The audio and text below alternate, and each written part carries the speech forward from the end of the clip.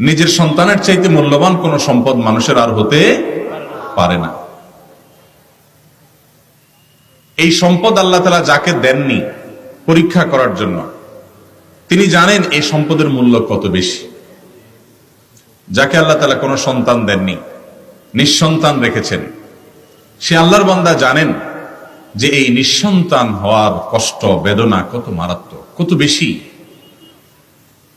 আর যাদেরকে আল্লাহ তাআলা এই সন্তান দিয়েছেন, এই নেয়ামত দিয়েছেন, সন্ততি দিয়েছেন, তারা এই নেয়ামতের যদি সদ্ব্যবহার না করেন, এই নেয়ামতের যদি যথাযথ কদর না করেন, তো আল্লাহ রাব্বুল আলামিনের কাছে এর জন্য জবাবদিহি করতে হবে।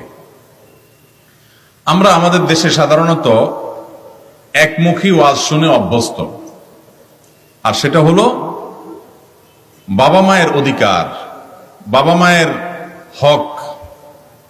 সন্দেহ নেই যে এই